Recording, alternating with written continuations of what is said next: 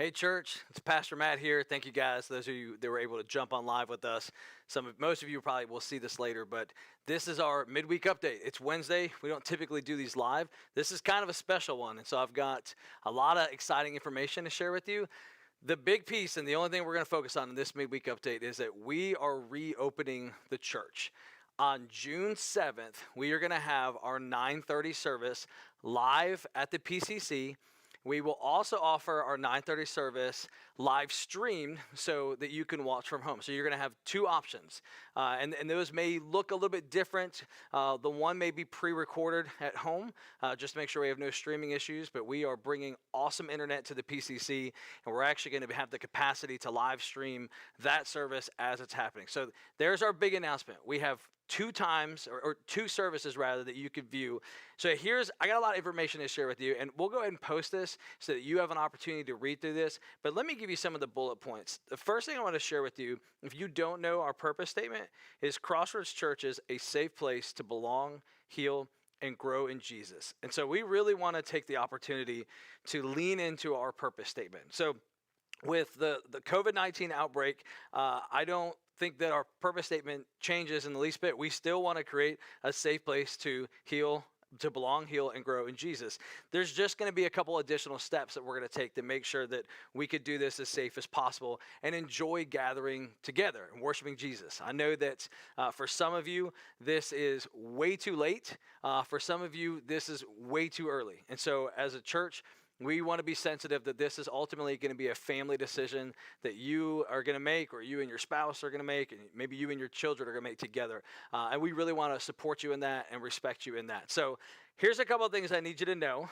Some things are going to be different. It's not going to look exactly like it used to look. And so I've only gotten to be with you twice in worship, the Sunday I preached and the Sunday that I came here to view. And so I'm really, really looking forward to getting back to that.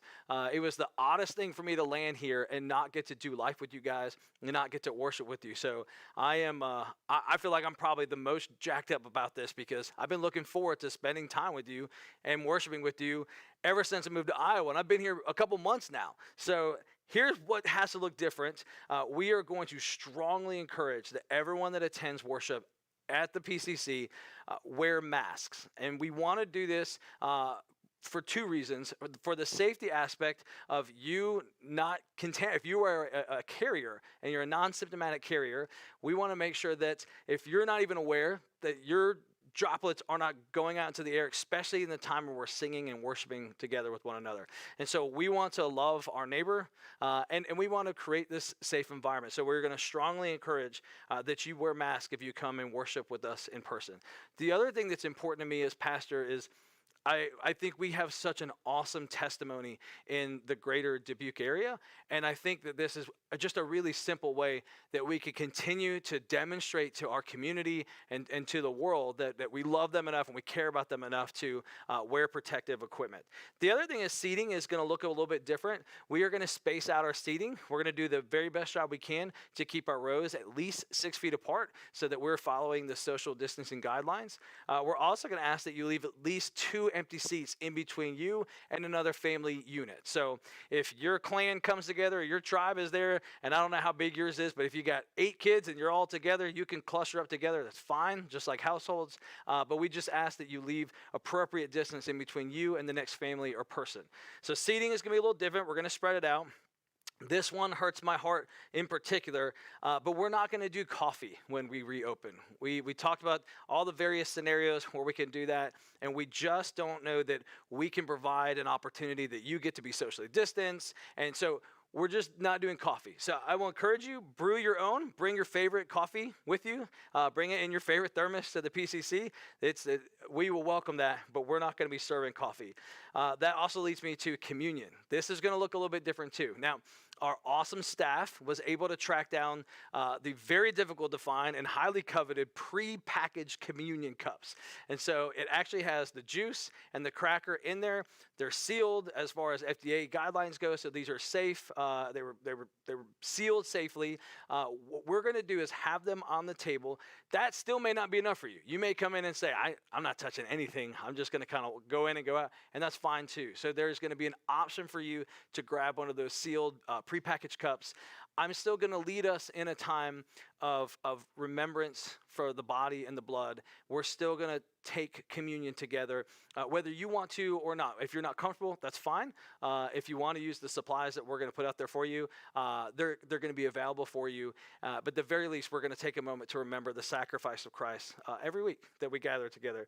And then the other thing that is going to be a little different, we really want to encourage you, please help us follow the CDC guidelines of social distancing, which is really weird in a church service, right?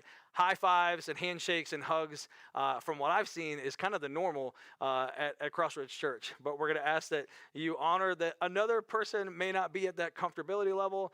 I know that we have a wide spectrum of folks that we all have different comfortability levels at this time. Some of us are going so nuts. I'm probably gonna have to beg you to stop hugging people, and some of you are maybe gonna be that person that's a little standoffish. So we just ask that if you are a huggy, touchy-feely person, please respect your fellow worshiper that may not be there. Help us to maintain the social distancing. So those are all the things that are gonna look a little bit different. There's going to be several things that are going to look the same. We're going to worship together. This is going to be an exciting time.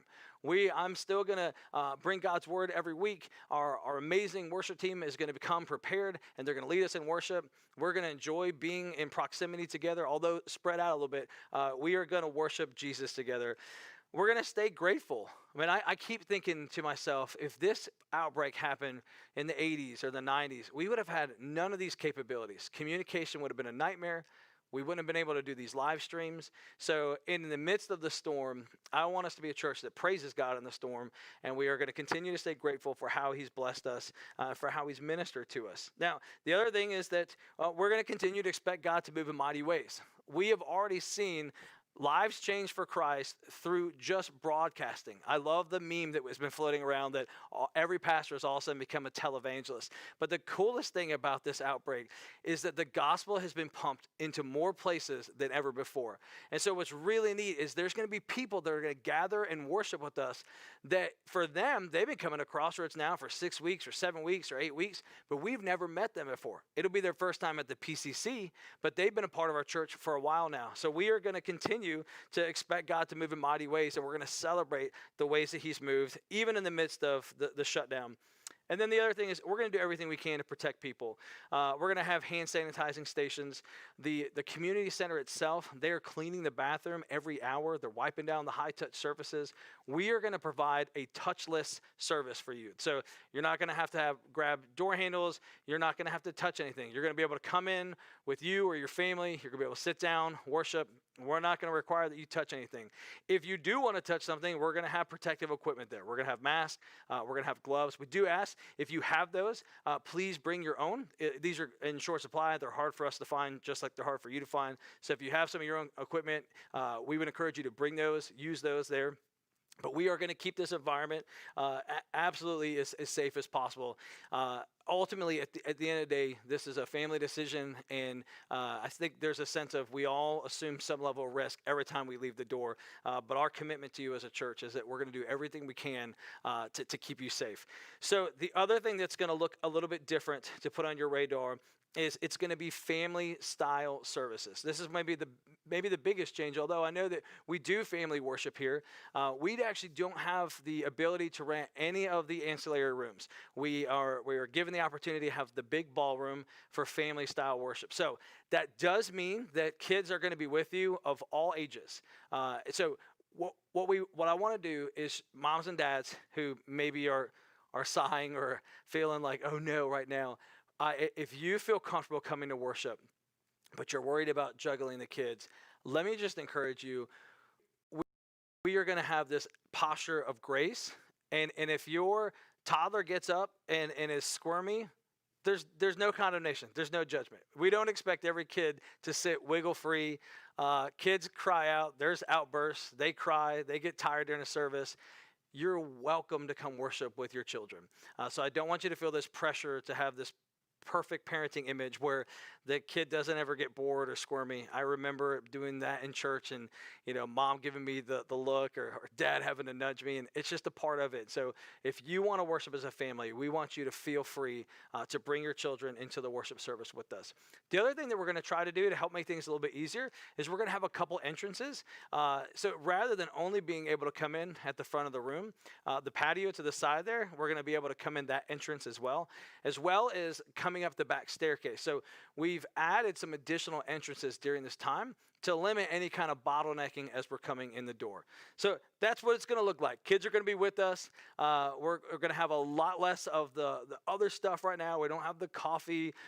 There's not going to be the connect table. We're going to communicate a lot from the stage. Communion will look a little bit different, but we are going to praise Jesus' name together.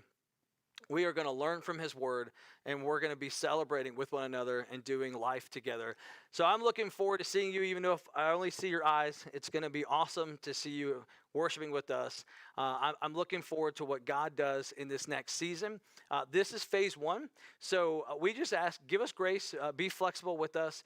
We're just like you, we're listening to the updates, and we're watching all of the spikes and dips in the caseload, and we're just trying to make the best informed decision that we possibly can. And so if something were to change, we will notify you as soon as possible.